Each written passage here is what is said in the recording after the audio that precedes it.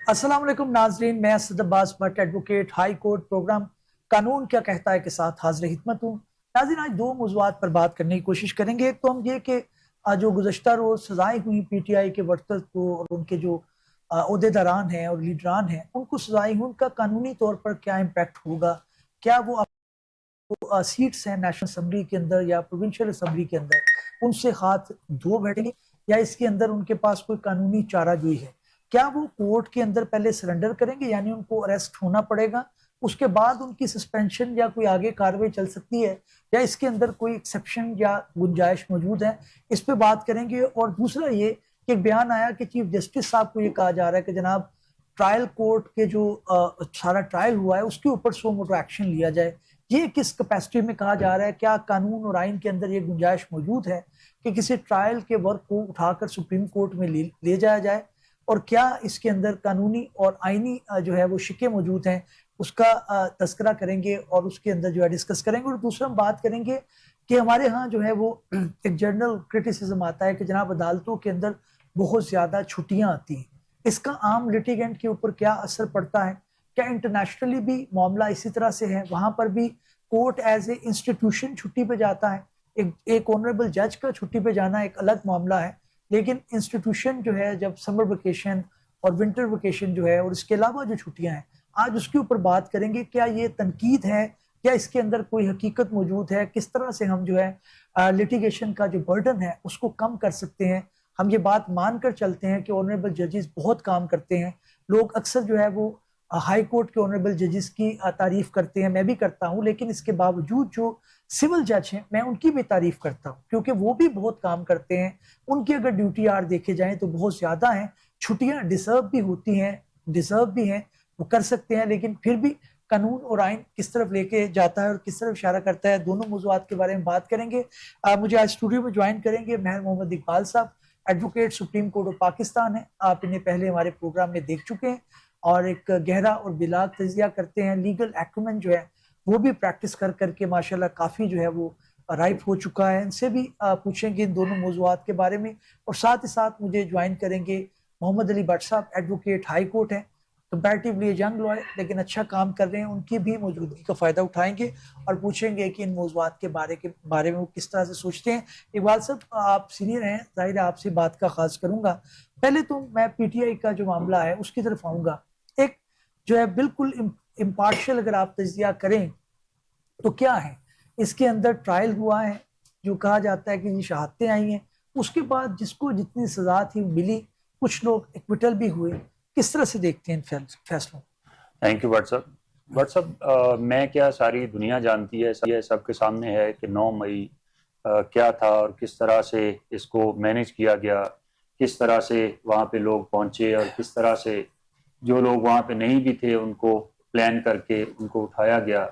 और उसके बाद एक एक बंदे पे पाकिस्तान के मुख्तलिफ हिस्सों में FIR की गई कि एक शख्स एक ही वक्त में यहाँ भी मौजूद है और उसी वक्त उसके खिलाफ रावलपिंडी में भी FIR हो रही है और उसी वक्त फैसलाबाद में, सरगोदा में और इस्लामाबाद में भी ये FIR हो रही है। तो क्या ये ह्यूमनली पॉसिबल है?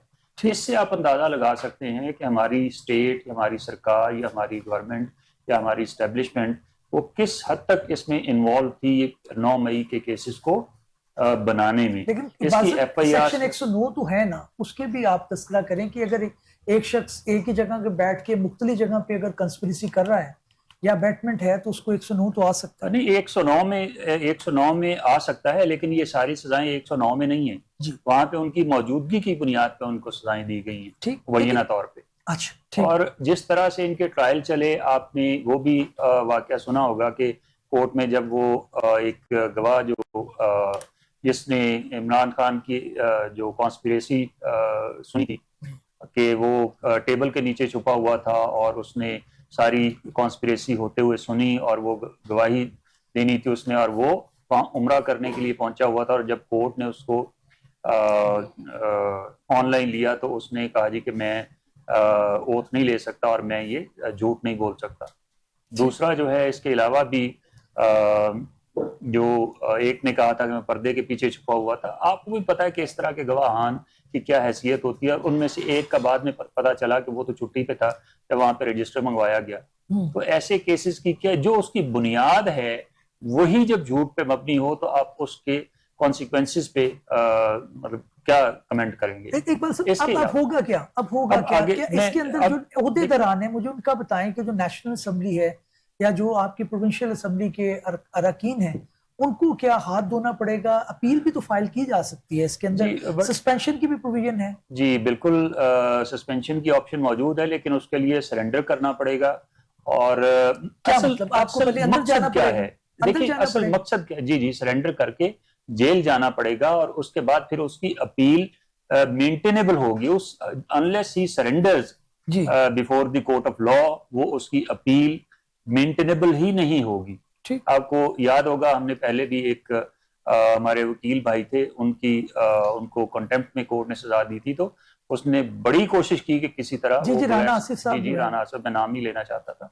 तो इसमें असल एक्चुअली आप बात को समझ नहीं रहे।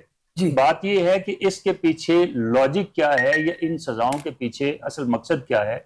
मकसद यही है कि किसी तरह टाइम गुजारा जाए, किसी तरह पीटीआई को मजीद जो है वो पीछे धकेला जाए, और उसके लिए उन्होंने उसकी पूरी की पूरी जितनी भी टीयर 1 लीडरशिप थी, टीयर 2 लीडरशिप थी, और अब तो इवन बेशुमार जो है टीयर 3 लीडरशिप के जो लीडरशिप है उसको भी 10-10 साल 3-3 साल सजाएं सुना दी गई हैं। और उसमें अगर आप देखें, शिबली फराज साहब हैं, उमर अयूब साहब हैं, उसके अलावा मलिक अहमद बच्चर साहब हैं, ये तीनों के तीनों अगर आप देखें तो अपोजिशन लीडर्स हैं। ठीक है। उमर अयूब साहब कौमी असम्बली में है, शिबली फराज साहब सेनेट में अपोजिशन लीडर हैं, और मलिक अहमद बच्चर साहब जो हैं ये पंजाब असम्बली में इनके अपोजिशन लीडर थे। तो 3 असेंबलीज के सरेंडर करने के बगैर कोई चारा नहीं है। पहले इनको जाना पड़ेगा अंदर, और उसके बाद और फिर इनको अपनी जो सीट्स हैं उसके ऊपर भी री-इलेक्शन। जी बिल्कुल, वहां पे भी मकसद ये है कि किसी तरह इनसे वो सीटें भी छीन ली जाएं, और वहां पे दोबारा से इलेक्शन करवा के, जिस तरह से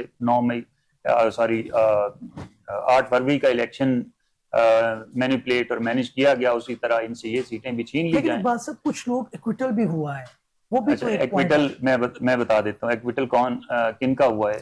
फवाद चौधरी साहब ने। फवाद चौधरी साहब, आपको पता है कि उन्होंने कॉन्फ्रेंस कर दी थी, पीटीआई छोड़ने का ऐलान कर दिया था। तो भी पीटीआई के साथ नहीं है ना, उन्होंने तो वो जो पार्लियामेंटेरियन ज्वाइन कर ली थी, आपको याद नहीं? वो ठीक है, लेकिन उसके बाद अभी वो आप बिल्कुल ठीक कह रहे हैं, लेकिन एक दफा उन्होंने छोड़ दी थी। अच्छा, उसकी वजह जो है, उन्होंने ये किया कि उन्होंने अपने एक दोस्त की एविडेंस करवाई, एज अ विटनेस पेश किया, जिसमें उन्होंने फरमाया कि जी इन्होंने एक मूवी नाइट अरेंज की थी, जहां पे ये एज अ प्रोमिनेंट गेस्ट वहां पे आए थे, जिस रात ये वकूआ हुआ उस वक्त। ठीक है, तो जब किसी को फायदा देना हो तो इतनी सी बात पे भी दे दिया जाता है। अब दूसरी तरफ मैं आपको बताता हूँ, यही जरताज गुल, उसकी सोशल मीडिया पे उस दिन की 9 मई के डीजी खान में उसकी प्रेजेंस मौजूद है। तो वहां पे उसने जहां वो गई उस दिन, वो जो कर रही थी, उसने सारी की सारी चीजें वहां की। और वो आपको पता है, सोशल मीडिया पे जो तारीख, टाइम, ये वो आप उसको मैनेज नहीं कर सकते अगर एक दफा वो आ गई है तो। ठीक। उसने सारा कुछ पेश किया, और लेकिन फिर भी उसको फैसलाबाद में उसको सजा सुना दी गई। और मेरे ख्याल में फैसलाबाद शायद सिंस डेकेड शायद वो गई भी ना हो। अच्छा, इसी तरह अब ख्याल कास्त्रो साहब का ये जो फैसलाबाद वाला वकूआ है, इसमें अगर आप देखें तो ख्याल कास्त्रो साहब एक हैं जिनको उन्होंने बरी किया है।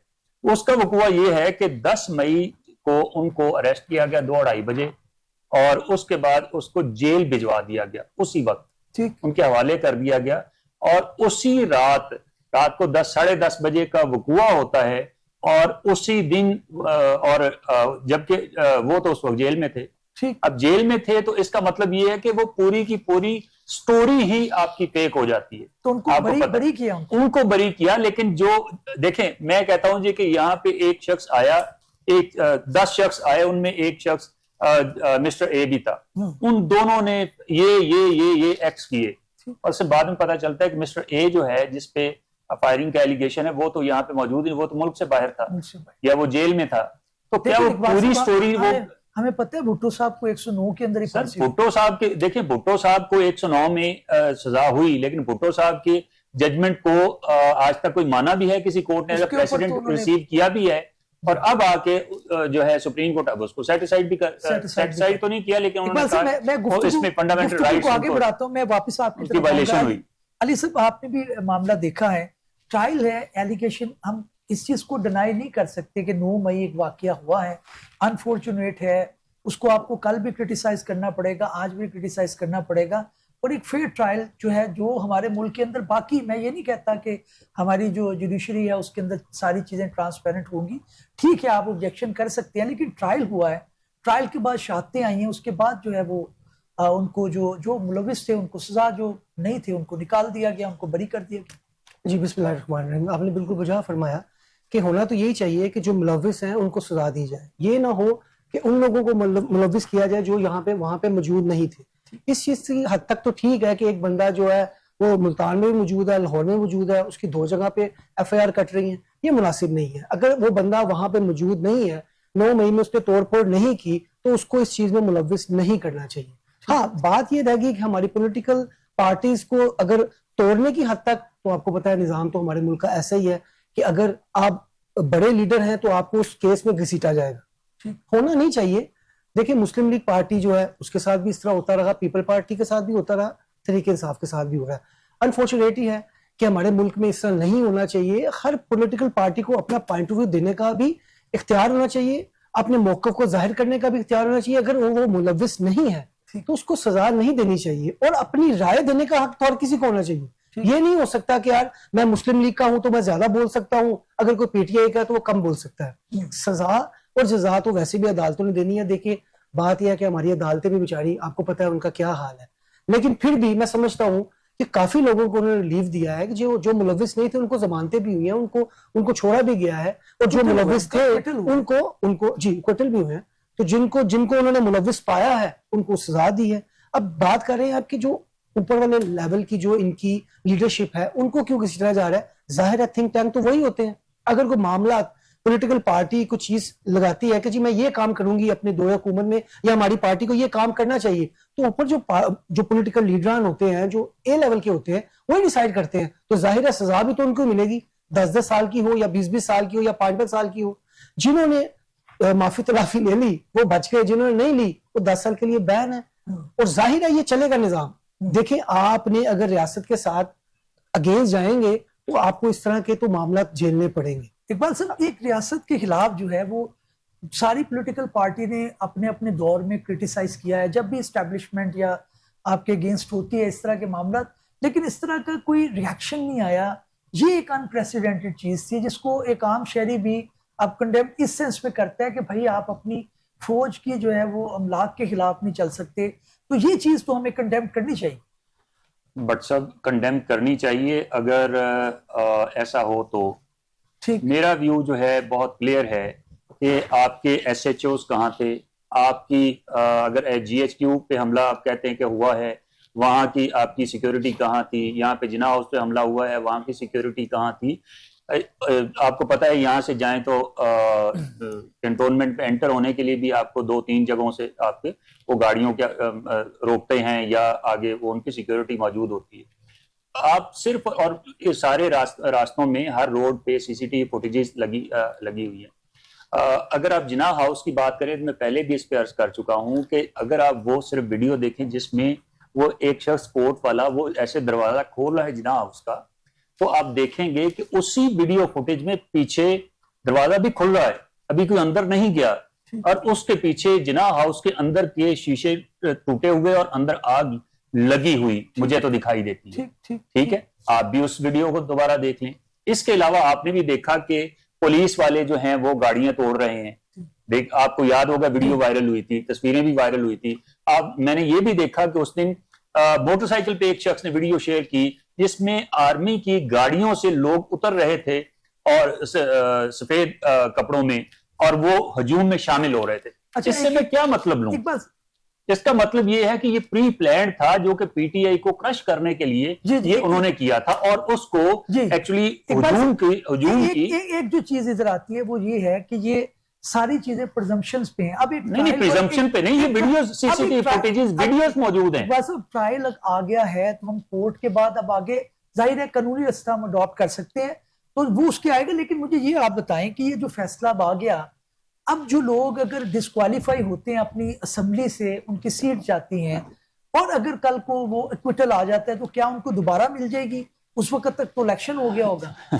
बट सब असल मकसद ही ये है कि टाइम गुजारा जाए, इनको किसी ना, पीटीआई को किसी ना किसी तरह ये जो 2-4 सीटें मिली हुई हैं इनको भी खत्म करके, इस तरीके से इनको बाहर निकाल के आप ज्यादा से ज्यादा अपने लोग वहां पे लेके आए, ताकि इनको एक मैसेज दिया जाए कि आप हमारी टर्म्स एंड कंडीशंस पे आप नहीं आएंगे तो हम आपके को इस तरह से क्रश करेंगे। अब आगे 4 या 5 अगस्त को पीटीआई ने या इमरान खान साहब ने वो दी हुई है एहतजाज की कॉल, और उसको भी इससे बहुत बड़ा धचका लगेगा, क्योंकि जाहिर है आपकी टीयर 1, टीयर 2, टीयर 3 की सारी एक चीज जो आ रही थी, लीडरशिप अगर आपकी जेल में होगी या उनको 10-10 साल सजाएं सुना दी जाएंगी, तो इसको सारे ये एहतजाज को कंट्रोल कौन करेगा? इकबाल साहब, एक आर्गुमेंट पहले ये आता रहा कि जनाब हमारे फैसले क्यों नहीं हो रहे, अगर जो मुलव्विस हैं उनको फैसला किया। अब फैसला आ गया तो हमने आर्गुमेंट देखिए, नहीं मैं ये नहीं कह रहा। अच्छा, इसको कहते हैं कि आपको डिस्गाइज में भी कोई ना कोई बेहतर चीज मिल रही है। अब ये होगा, ये जो मैं समझता हूँ, ये मुझे जो थोड़ी बहुत अंडरस्टैंडिंग है चीजों की, उसके मुताबिक मैं ये समझता हूँ कि अब ये फैसले होना शुरू हो गए हैं।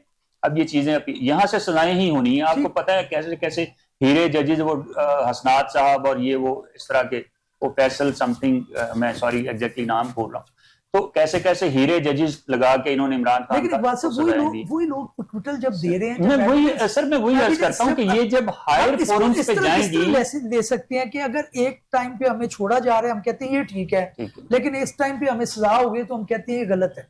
तो ये तो एज ए लॉयर भी समझते हैं कि एक पार्टी ने विन करना है, एक ने लूज करना है। सर मैं ये इसलिए तनकीद करता हूँ कि जो एक्विटल ऊपर से होके आना है, सारों को वो कर देते हैं। नहीं, मेरी बात सुनिए, एक एक्विटल अगर ऊपर से होना है हाई कोर्ट से या सेशन कोर्ट से, वो मैजिस्ट्रियल लेवल पे क्यों नहीं वो अप्रोच है? ठीक क्यों नहीं है? मैं वापस आपकी तरफ आऊंगा। अली, आपने भी आर्गुमेंट सुनी है इकबाल साहब के।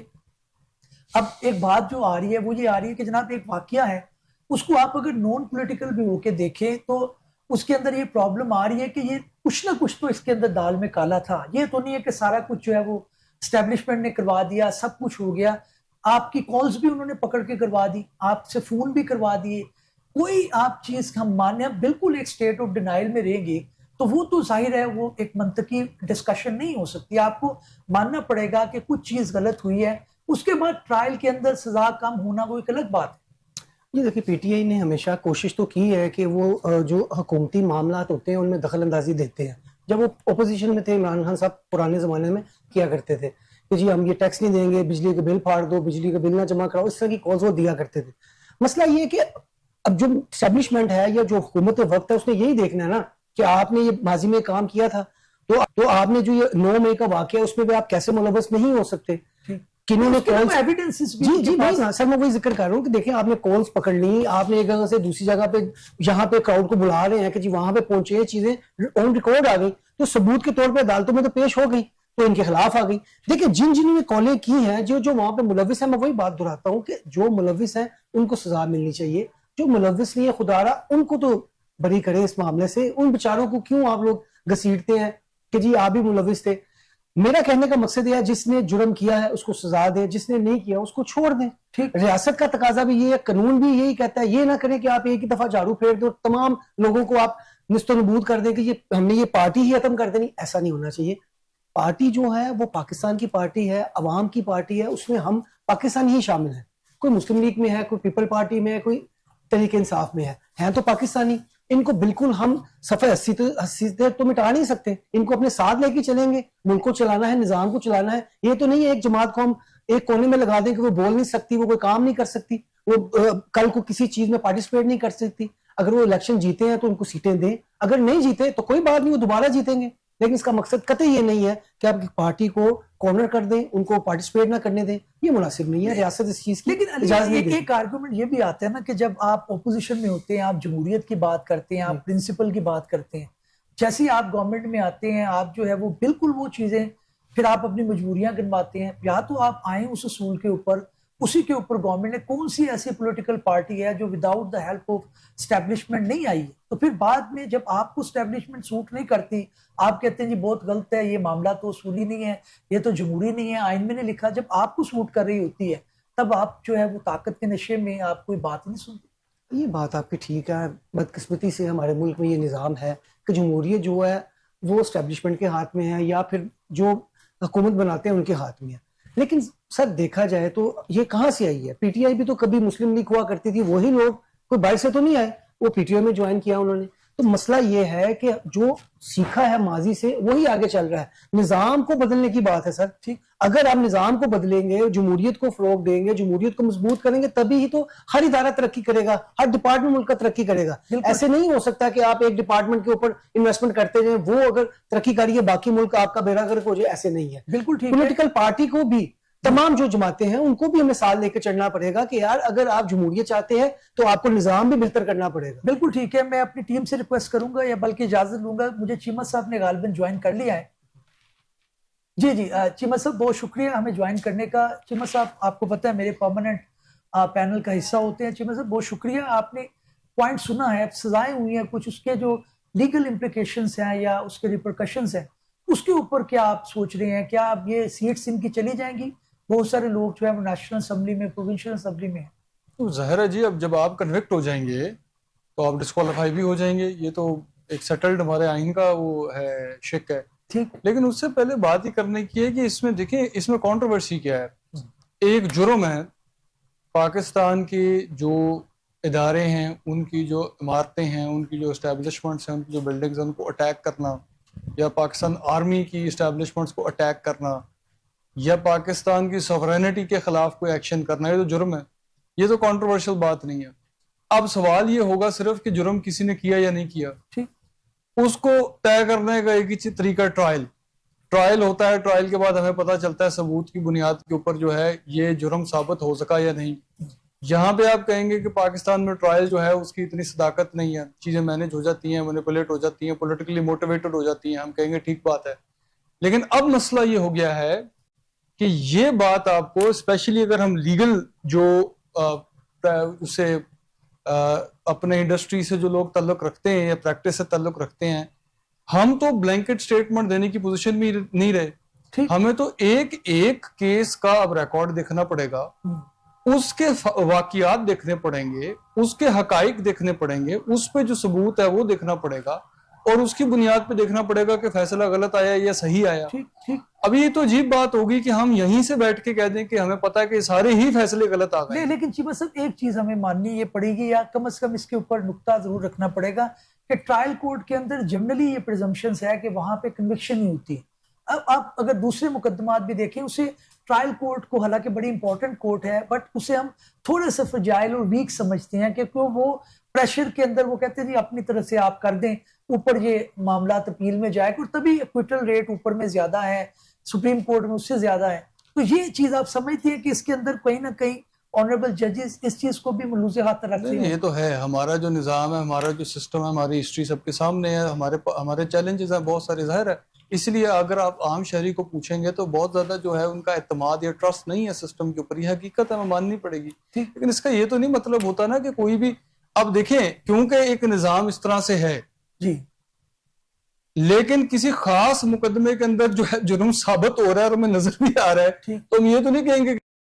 कुछ लोग एक्विटल भी आए हैं, वो भी एक पॉइंट आ रहा है कि जिनका एविडेंस आपका बड़ा स्ट्रॉन्ग था। अच्छा, दूसरा ये बताइए इकबाल साहब का इसके अंदर व्यू ये है कि एक ही शख्स जो है वो आपका ओमनी प्रेजेंट किस तरह हो सकता है? वो ए पे है, वो बी पे भी मौजूद है, वो सी पे भी मौजूद है, लेकिन दूसरी साइड पे आर्गुमेंट आ रहा है कि 109 के अंदर आप जो है अगर कंस्पायर कर रहे हैं, अगर आप किसी को जो है वो अबेट कर रहे हैं खून के ऊपर, या आप उनको तकरीर सर देखिए, बात पता है क्या है, ये तो बात ठीक होगी, लेकिन अगेन ये फर्दन देखना पड़ेगा ना। या तो हम ये मौकफ ले लें कि 108 ये जुर्म हुआ ही नहीं, लेकिन ना, या तो हम ये पोजीशन ले लेना ये कहीं जुर्म हुआ ही नहीं। ठीक, ठीक। 9 मई पे कोई जुर्म नहीं हुआ पाकिस्तान, ये हम व्यू ले लें तो हम कहें कि 108 बंदों के खिलाफ जिसके भी खिलाफ फैसला आया गलत आया। ठीक, या तो हमारा ये मौकफ हो, या फिर हमें ये देखना पड़ेगा कि एक एक करके कि कौन शामिल था, नहीं था, ऑफेंस, उसके इंग्रेडिएंट्स हैं, अबेट करना भी उसमें शामिल है, उसके अंदर कमिट करना भी शामिल है, बहुत सारी चीजें उसके अंदर शामिल है। And I am very open to that. आप बिल्कुल एक एक करके हम देख लेते हैं किसमें आया किसमें नहीं आया, लेकिन हम अब या तो ये पोजीशन लेंगे ना कि हुआ ही नहीं कुछ, बिल्कुल किसी ने भी जुर्म नहीं किया। पॉइंट आ गया। नाज़रीन, कुछ भी हो, हमें एक शफाफ मरहले और ट्रायल के गुजर कर ही इस चीज़ का जो है वो नतीजा निकालना चाहिए कि कौन शख्स जो है वो मुलविस था, कौन नहीं था। हमारे जो जुडिशल सिस्टम है उसके ऊपर भी बहुत सारे सवालिया निशान हैं, लेकिन इसके साथ साथ जब हम तनकीद करते हैं तो यही सिस्टम है जिसके अंदर से हमें अपनी जजा और सजा लेनी है, क्योंकि उसके बाहर तो जाहिर है आप कुछ नहीं कर सकते। मामला अब एपलेट कोर्ट में जाएगा, वहां पर लोग सरेंडर करेंगे और तब इस चीज का तयन होगा कि इनकी फेट क्या होगी। दूसरे मौजू की तरफ बढ़ूंगा और सर, बात मैं यहाँ पे एक चीज व्हाट्सएप ऐड करता चलूं सिर्फ अपने भाई की ने जो फरमाया उस पे कि हर केस को आप फर्दन देखेंगे। मसलन जरताज गुल के मैटर में उसका वो एफआईआर में उसका नाम शामिल नहीं था, 8 महीने के बाद ततिम्मा बयान के थ्रू उसका नाम ऐड किया गया। और आपको पता है कि कानून ये कहता है हमारा क्रिमिनल लॉ के there is no concept of supplementary statement, यानी ततिम्मा का कोई कॉन्सेप्ट ही नहीं है।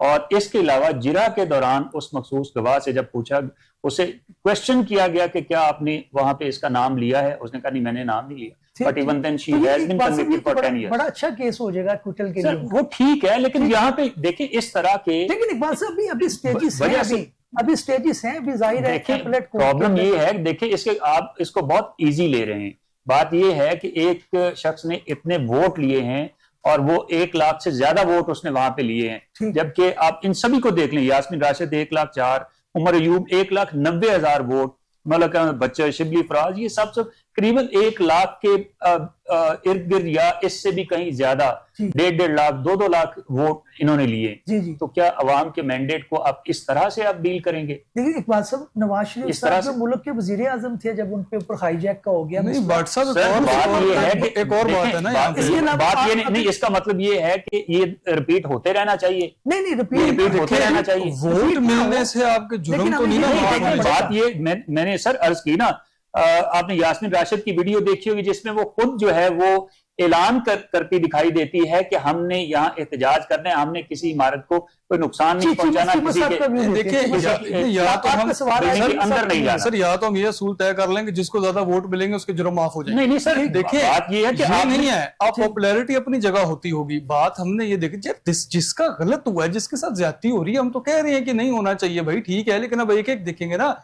एक और मैं बात करना चाहता हूँ डेटरेंस की। आपको पता है मामलात किधर जा रहे थे?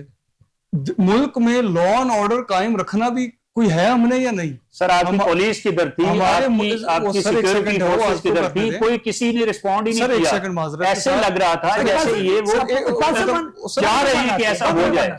चले वो आप करें साबित उस बात को भी, हम नहीं रोकते आपको। बात ये है कि इस मुल्क में अगर तो किसी भी मुल्क में अमेरिका के कैपिटल हिल पे लोगों ने वो चढ़ दौड़े और बिल्डिंग के अंदर जाके इमारत को नुकसान पहुंचाया, सब लोगों को जेल हुई, ठीक, औरतों को जेल हुई।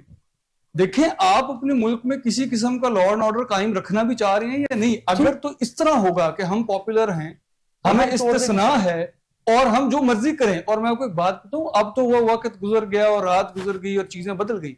उस वक्त जो माहौल था बड़ा फर्क था, थिंग्स वर एस्केलेटिंग। ठीक, हमें जो बातें सुनने में मिल रही थी वो इससे बढ़ के थी। ठीक आगे जाके क्या होगा? इकबाल साहब आप ब्रीफली रिप्लाई करें, फिर मैं अगले टॉपिक पर। क्या ये एक ही जुर्म इस मुल्क में हुआ है आज तक पिछले 3-4 साल में? इमरान खान को गोलियां लगी, क्या वो जुर्म नहीं था? उसके साथियों को गोलियां मारी गई, ये जुर्म नहीं था? कहाँ गया उसका ट्रायल, कहाँ गया उसका मुलजम? इकबाल साहब उसका ट्रायल कहाँ है मुझे दिखाएं। मतलब ये तो नहीं हो सकता। नहीं मैं ये नहीं कह रहा, बात ये है, देखें आपने एक पार्टी को क्रश करने के लिए ये केसेस बनाए और अब उसको जो है आपने उसको मंतकी अंजाम तक जो रही सही उस पार्टी में जान रह गई थी, आपने उसको भी निकालने के लिए आपने ये सजाएं देना शुरू कर दिया। आप मेरे भाई कह रहे हैं सजाएं होनी चाहिए। मेरी सिर्फ एक बात, इमरान खान को उसके वो और उसकी बीवी को किस केस में सजा हुई थी? ठीक है, क्या वो इस्लामिक हिस्ट्री में ऐसी सजा नहीं? इकबाल साहब के साथ एग्री करना चाह रहा हूँ, बड़ा इंपॉर्टेंट है ये। किसी भी पॉलिटिकल पार्टी के खिलाफ टारगेटेड विक्टिमाइजेशन नहीं होनी चाहिए, ये बिल्कुल तासर है, I agree with that. But उसकी ज्यादा जो रीजन है वो दूसरे केसेस, 3 मुकदमे ऐसे चलाए गए जो मेरी नजर में नहीं चलाए जाने थे, उनमें फैसले भी आए, जिस तरह आए वो सबके सामने, बट ये केसेस फर्क नोयत के। ठीक 9th में केस इज टोटली डिफरेंट, और मेरा अपना जाती ख्याल है यही वो मुकदमा था जो ज्यादा चलाया जाना चाहिए था, ये और अल-कादर ट्रस्ट वाला। ठीक ठीक ठीक, बिल्कुल सही।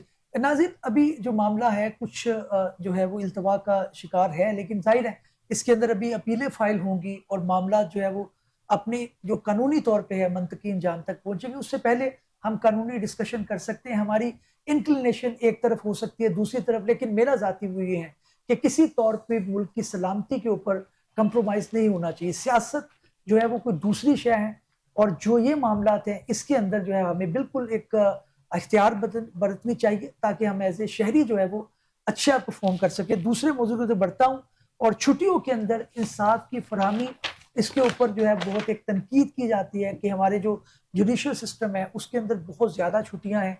अगर आप सिविल कोर्ट की बात करें, लोअर जुडिशरी की बात करें, तो तकरीबन अगस्त का महीना जो है वो छुट्टियों का होता है। अगर आप ऊपर हाई कोर्ट्स की बात करें तो वहाँ पर 2 महीने छुट्टियों के होते हैं, और अगर सुप्रीम कोर्ट की बात करें तो वहाँ पर 3 महीने छुट्टियों के होते हैं। क्या हमारा मुल्क जो जिस तरह लिटिगेशन का बर्डन है और जिस तरह से केसेस की भरमार है, क्या उसके अंदर एज ए इंस्टीट्यूशन ये छुट्टियों पे जाते हैं या इंडिविजुअल जजेस जाते हैं? इसके ऊपर हम बात करेंगे। और इकबाल साहब, मैं आपसे जानना चाहूंगा पहले कि इतनी ज्यादा छुट्टियां हैं, लेकिन अर्जेंट केसेस भी तो लगते हैं। अगर आपको कल बेल चाहिए, कोई स्टे चाहिए, तो आप फाइल कर सकते हैं। क्यों एक तनकीद हमारी एक जनरली की जाती है कि जी बहुत ज्यादा छुट्टियां हैं? लिटिगेटर्स जो हैं वो अपने प्रेशर के अंदर ये बात करते हैं, या इसके अंदर वाकई कुछ सदाकत है?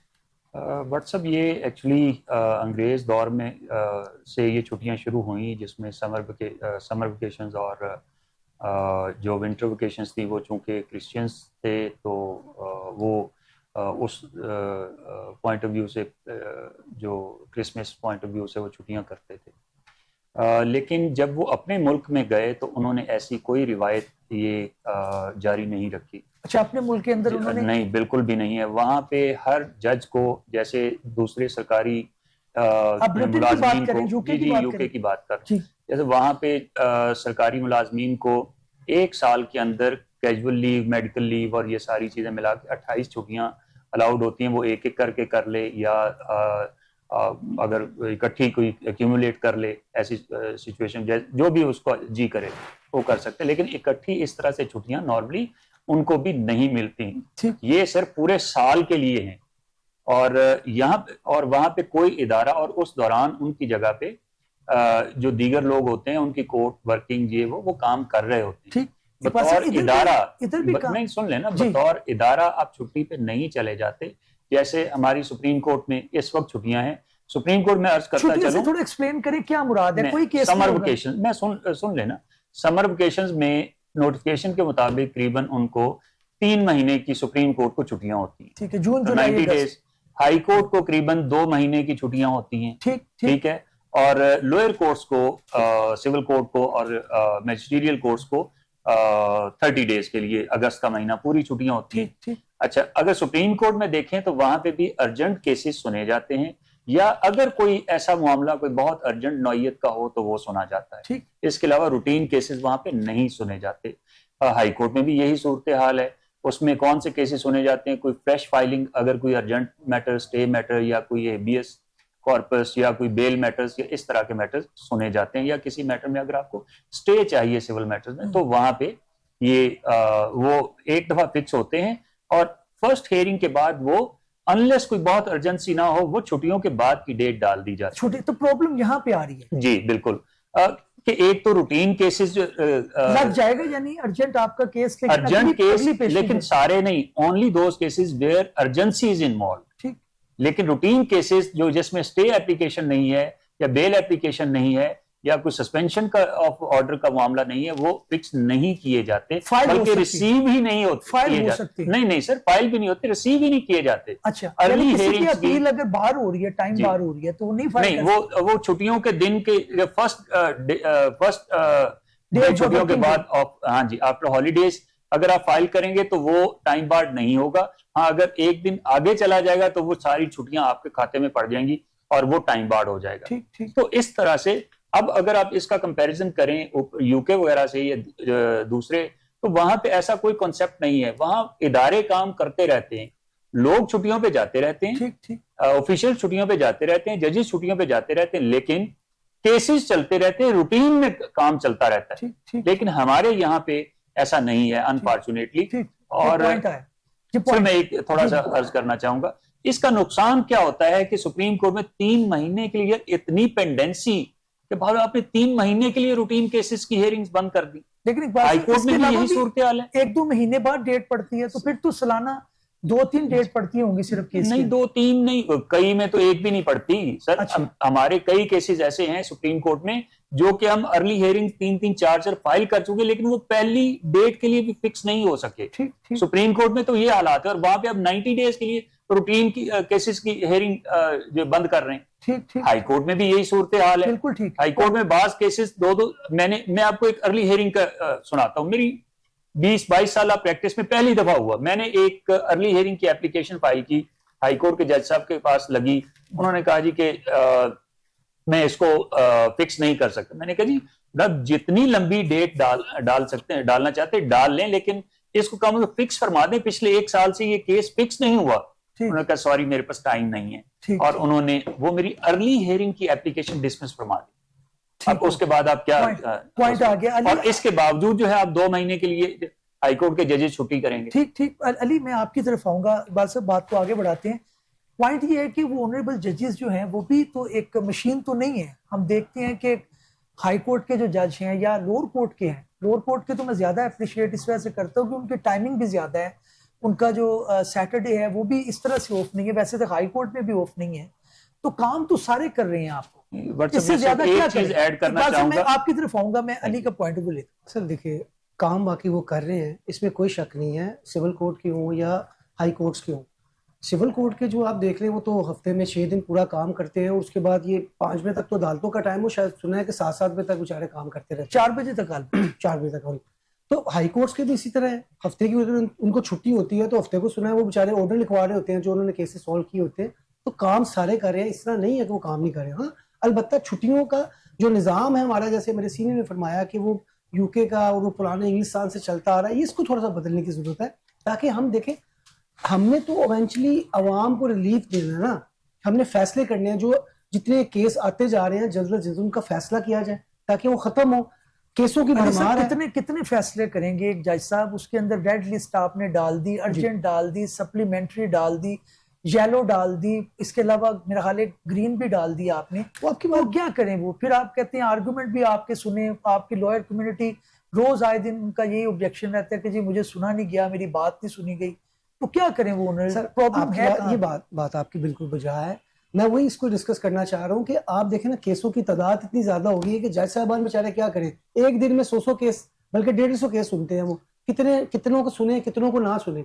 मसला ये है कि हमें भी, या फिर यहाँ भी ये देख लें कि आप जजेस की तादाद बढ़ा दें, क्या ये इसका हल है? इसके इस पे आते हैं, मैं चीमा साहब की तरफ लेके चल। चीमा साहब, प्रॉब्लम है क्या? ऑनरेबल जजेस की तादाद भी हमने लोअर कोर्ट में तो बहुत ज्यादा है, कहाँ पे प्रॉब्लम आ रहा है? क्योंकि फाइलिंग की जो ग्रोथ है वो इतनी मशरूम है कि वो रुकने का नाम नहीं लेती, ना आपका कोई पेनल्टी सिस्टम है। किस तरह से रोकेंगे इसको? बढ़ाने तो बहुत सारी चीजों की जरूरत है, लेकिन ये जजेस की तादाद, एक तो हाई कोर्ट में, एक तो नंबर 1 जितनी वैकेंसीज हैं वो तो पहले पूरी भरा करें ना, 2 साल आप, लेकिन उसके अंदर भी सियासत आती है, फिर वो सारी चीजें वो करें ना। अब देखिए मसला क्या, फिर ये तो आप नहीं कह सकते हमारी सियासत हमने हाई कोर्ट में भरनी, भाई क्या बात हुई? देखे ना, एक इतना अहम आईनी अदारा है, तो यही है वैसे, ठीक है, तो फिर लोगों को जवाब दें। ये कैसे हो सकता है? ये कोई जवाब नहीं है ना। हमने अपने इंस्टीट्यूशंस को या तो इफेक्टिव करना या तो नहीं करना। आपने जितनी तादाद है वो तो हर वक्त पूरी रखें, फिर उसकी तादाद भी बढ़ाएं। मेरा तो खैर जरूरत है। अभी एक अपनी अपनी हर एक की एक स्टोरी है, ये तो हर लॉयर की दुखती रग है। मैं आपको भी बता देता हूँ, मैं एक मुकदमे में चेक्स का केस है, जो समरी प्रोसीजर होता है हमारे मुल्क में कि उसके ऊपर फौरन और जल्दी फैसला आना चाहिए, बाउंस चेक का केस था, फाइनल जजमेंट पे था, मैं एविडेंस भी करा चुका था उसमें, ट्रायल कोर्ट में। ठीक, लीव उनको जो है, लीव उन्होंने झूठा जो है बॉन्ड जमा कराई, वो साबित होगी, श्योरिटी झूठ बोल रहा था। उसके बाद हमने एविडेंस भी क्लोज करा दिया, फाइनल फैसले के लिए केस था, और पता चला कि हाई कोर्ट से जी मुझे नोटिस के बगैर ही स्टे भी हो गया और तारीख भी छुट्टियों की बात की। वो तो इंटरिम स्टे पहली तारीख पे मिल जाता है। अब मामला ये हो गया कि नीचे वाले मुकदमे की जो समरी नोयत थी, जो इसमें डिले होता रहा, 4 साल पहले ही हो चुका था, ठीक, उसमें 2 महीने 3 महीने की फिर जो है ताखीर हो गई, और अब हाई कोर्ट में पहले वो सुना जाएगा, फिर चलेगा, फिर उसके बाद मुकदमा आगे नहीं, लेकिन चलेगा। चीमा साहब मेरा आर्गुमेंट सुन लीजिएगा, वो ये है कि तादाद बढ़ाने से आपके निचले जो केस आ रहे हैं, आपके 500 भी जजेस हो गए तो वो नहीं हैंडल होगा, क्योंकि इतने ज्यादा केसेस हैं। मैं वहां पे कह रहा हूँ नहीं, कि वहां देखिए, पे ये आपका तो लिटिगेशन रोकने का कोई मैकेनिज्म है, बताया आप तो है कोई जी। कॉस्ट डालते हैं झूठे मुकदमेवार को, वो कोई भट्ट साहब, ये तो कितनी ही चीजें आप ठीक कह रहे हैं, बहुत सारी चीजें आपने कॉस्ट और एडजस्टमेंट भी डालनी है, आपने एडीआर को भी अजमेंट स्ट्रेंथन की भी करना आपका है प्रॉब्लम है। जी, आपने बहुत सारी चीजें करनी है लिटिगेशन को कंट्रोल करने के लिए, लेकिन ये भी एक चीज, एक एलिमेंट है उसका। देखिए, जी। जितना भी आउटपुट है, अगर आप चले मैं आसान कर देता हूँ आपके डबल लिए। कर लेना, सबसे बड़ा मसला कौन सा है कि आप कहेंगे ये एक पॉइंट कर देना तो फिर ठीक हो जाएगा? मेरा ख्याल है एडजमेंट। अर्जेंटमेंट, तादाद हाई कोर्ट की तो बढ़ानी पड़ेगी खैर, और एडजमेंट को कंट्रोल करना पड़ेगा। अर्जेंटमेंट को क्या कंट्रोल आप करेंगे? जी, सीनियर एक वकील साहब आके कह देते हैं, अब जज साहब क्या करेंगे उधर? क्या कहते हैं सीनियर? वो कहते हैं जी मैं तैयार नहीं हूँ, कोई नहीं, मसला है। सर बहुत सारी अदालतों में हम देखते हैं, बहुत सारी कोर्ट्स अपने जो है कंट्रोल भी करती हैं एडजमेंट ठीक। को, ऐसी कोई बात नहीं है। ठीक। किधर हैं आप, लेके आए, ठीक। मैं वेट कर रहा हूँ। ठीक, ये अपने एटीट्यूड का है ना। अगर आप कानून में, मेरी तो हमेशा से ये मशवरा रहा है, मैं इसका एडवोकेट हूँ कि कानून में मैंडेटरी कर देना चाहिए कॉस्ट ऑन एडजमेंट, बिल्कुल ठीक है। डिस्क्रेशन होनी नहीं चाहिए। मैं अली आप जल्दी बोले फिर मैं बात सर सकता मैं ये कहता हूँ कि अगर कोई भी तारीख मांगता है तो उसको जुर्माना कर देना चाहिए, कि अगर अच्छा। तुम तारीख मांगते हो तो तुम्हें 25,000 जुर्माना है या 20,000 जुर्माना है। ठीक, अगर आपका हैवी senior- कॉस्ट होनी चाहिए। जी, हैवी कॉस्ट होनी चाहिए। अगर आपका सीनियर नहीं पेश हो रहा तो आपको जुर्माना होगा। देखिए, आप भागते हुए आएंगे सारे, और आकर ये नहीं कहेंगे मुझे तारीख चाहिए, फौरन वहां पे अपने प्रोसीडिंग को आगे बढ़ाएंगे। इकबाल साहब आप अपना पॉइंट पहले कह लिए, फिर मैं अगला सवाल। जी, बट सब मेरा वो पॉइंट जो मैं पहले कहना चाह रहा था कि मुझे जजेस की छुट्टियों पे एतराज नहीं है, मुझे अदालत की छुट्टियों पे एतराज है ठीक, कि अदालतें बंद नहीं होनी चाहिए। जजेस को आप रोटेशन बेसिस पे आप ये थोड़ा छुट्टियां दें। नाज़रीन को ये बताएं, इकबाल साहब बिल्कुल ठीक कह रहे हैं, अदालतें तो बंद नहीं हैं। बिल्कुल सही अदालतें बात बंद है। है ना, रूटीन केसेस के लिए बंद है अदालत। आप उनको टर्म्स में रखें, आप उनको रोटेट करें। रोटेट आप फॉर कर लें। एग्जांपल आपके 50 जजेस हैं इस वक्त हाई कोर्ट के, आप उनको 5-5, 7-7 को छुट्टियां देना शुरू कर दें। ठीक, बाकी का रूटीन में बाकी चलता रहे। आपकी हेयरिंग्स भी चलती रहेंगी, आपकी फाइलिंग भी चलती रहेगी, आपकी अर्ली हेयरिंग्स भी चलती रहेंगी। ठीक, अब इसके अलावा आपने दूसरा जो मेरे भाइयों से सवाल किया कि इसका सलूशन क्या है या प्रॉब्लम क्या है, तो मेरे ख्याल में एडजर्नमेंट्स पे हैवी कॉस्ट होनी चाहिए। इसके अलावा अगर केस झूठा साबित हो तो उस पर भी हैवी कॉस्ट होनी चाहिए, ठीक। ताकि तो आपकी दिवाली हो फाइलिंग जो जाती है। फ्रिवलेस फाइलिंग है, बेसलेस फाइलिंग है, झूठी फाइलिंग है, मुकदमेबाजी है, वो खत्म असल में होगी ये भी तो बात सही आपका है। रश ऑफ वर्क कम होगा। कोई खत्म जुर्माना होगा। नहीं है ना, जुर्माना एक एडवेंचर है, फ्री, चलो देखते हैं क्या होता है। आप 10-10 साल 20-20 साल आप किसी दूसरी पार्टी को आप ख्वार करते हैं ख्वार कोर्ट्स कर में, और एंड पे आप फ्री हैंड आपको दे दिया जाए, ठीक है जी, ठीक। आपके अगेंस्ट केस किया जाता है जी। बिल्कुल ठीक है। लेकिन ये एक आर्गुमेंट है इकबाल साहब, आपसे मैं पूछना चाहूंगा, मैंने बहुत सीनियर एक बल्कि एक से ज्यादा लॉयर से बात हुई, उन्होंने कहा जी परफेक्शन नहीं है, हमें नहीं पता कि हम जो है वो ये बंदे ने जो फैसला हुआ है ये इसके अंदर हम वी आर नॉट श्योर, फैसला करने के बावजूद कि जनाब इसका मुकदमा झूठा था या सच्चा था, और बाज़ औक़ात टेक्निकल ग्राउंड के ऊपर आपके मुकदमा जो है वो खारिज हो जाते हैं। तो इसलिए आप अगर ये क्राइटेरिया रखेंगे तो इसके अंदर बहुत सारी नाइंसाफी हो जाएगी, क्योंकि आपका जुडिशियल सिस्टम जो है वो परफेक्ट नहीं है। जी, मैं बिल्कुल, आप दुरुस्त फरमा रहे हैं भट्ट साहब, ये बिल्कुल ठीक है कि हर केस में इस तरह से आप डिटरमिन नहीं कर सकते कि whether one of the party is at fault and he filed the frivolous case और नॉट, लेकिन बेशुमार केसेस में फिर भी किया जा सकता है। ठीक, ये हर केस में दुरुस्त बात है कि अनलेस ये साबित हो कि ये बदनीति पे मबनी था या बिल्कुल फॉल्स और बेसलेस केस था, आप फाइन नहीं इम्पोज कर सकते। ठीक। अली मैं आपकी तरफ आऊंगा, आप क्योंकि लोअर कोर्ट का भी ज्यादा देख रहे होते हैं, ये बताइएगा कि आप तो बेचारा जो सिविल जज है उसके तो आप बोलने नहीं देते, उसको तो काम नहीं करने देते हम एज ए कम्युनिटी, वो ना दे डेट तो एक धरा तो उसका बेचारे के वो क्या उसे कहते हैं कि ज्यादती पे उतर आते हैं, हमने खुद कई दफा विटनेस किया है। तो वो आप किस तरह से करेंगे? आपका मामला तो बहुत आगे निकल चुका है, वो अकेले हैं, बैठकर मामला दोनों पार्टियों को कर रहे हैं कि वो फाइन डालेंगे, अगले दिन आपने उनको काम नहीं करने देना। नहीं, ऐसी बात भी नहीं है। जज साहिबान जो है वो पावरफुल हैं और वो डिसीजन मेकिंग करना जानते हैं। ये नहीं है कि उनको कोई रोब से या दबा कर उनको डेढ़ ले ले। इस चीज़ में ऐड यहाँ पे करना चाहता हूँ कि देखिए हमारे मुल्क में निज़ाम ना है कि बाहर के मुल्क में देखें ना तो आप वहाँ पे देखेंगे लॉ फॉर्म्स होती हैं जो जो काम करती है। यहाँ पे हमारे इनफरादी वकील बहुत ज्यादा है। मिसाल के तौर पे एक वकील ने केस लिया, वो नहीं पेश हुआ तो डेट हो गई आगे।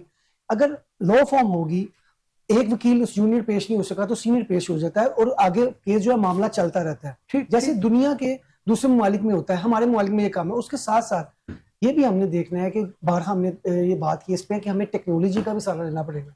ये नहीं है कि हम वही निज़ाम चलाते रहे। मिसाल के तौर पे जज अगर लाहौर में बैठा है तो एक वकील मुल्तान में है या इस्लामाबाद में है तो अगर ऑनलाइन अगर वो एक दूसरे से आर्ग्यू करते हैं और जज साहब उनका केस सुनते हैं तो केस जो आगे बढ़ेगा और जो है तरीक उसमें नहीं पॉइंट पड़ेगा। है, अच्छा पॉइंट है। चीमा साहब फाइनल फिर मैंने वाइंड अप करना है। जी बट साहब बात तो यही है, हम बात क्योंकि छुट्टियों की कर रहे हैं। देखें ये जो हम इंटरनेशनल कंपेयर करते हैं ना, ये भी आप जहन में रखें, वो हर दिन बैठते भी नहीं है। ठीक, देखिए हमारे जजेस हर दिन बैठ के ओरल हेयरिंग सुनते हैं। उन कोर्ट्स के अंदर ओरल हेयरिंग्स के दिन होते हैं। ठीक, तो जब आप सिटिंग डेज कंपेयर करेंगे ना तो शायद वो कोई करीब करीब ही निकलता है। यूके की सुप्रीम कोर्ट में तो खैर टर्म्स में डिवाइडेड है। ठीक, ठीक, यूएस सुप्रीम कोर्ट में हर दिन हेयरिंग का डे नहीं होता, वो तो वो बहुत खास केसेस सुनते हैं। ठीक, बाकी काम बैक एंड पर चलता रहता है। लेकिन हमने अपना लोकल देखना है। देखें जब ये रवायतें बनी थी तब चीजें बहुत फर्क थी।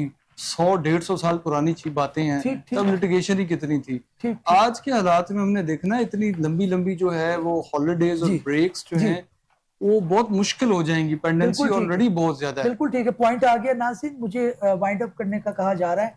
रवायतें जो हैं वो हमेशा जो है वो लोगों के फवायद के लिए होनी चाहिए। अगर वो किसी तरह से नुकसानदेह हो या उनका फ़ायदा हो रहा हो तो उसके अंदर उसको बदल देना चाहिए। हमारे जो अदालतों के अंदर रवायतें हैं उसके अंदर भी बहुत सी तब्दीलियाँ शायद नागुज़ीर हो चुकी हैं, क्योंकि जो लिटिगेंट्स हैं वो इससे बहुत सफ़र कर रहे हैं। उम्मीद है हमारी आवाज़ जो है वो इंसानियत तक पहुँचेगी, उसके अंदर ज़रूर इस्लाह आएगी और हमारे जो लिटिगेंट्स हैं, हमारी जो अवाम है, अदालती निज़ाम उसके फ़ायदे के लिए होगा। अगले एपिसोड में मुलाकात करते हैं। अल्लाह हाफ़िज़।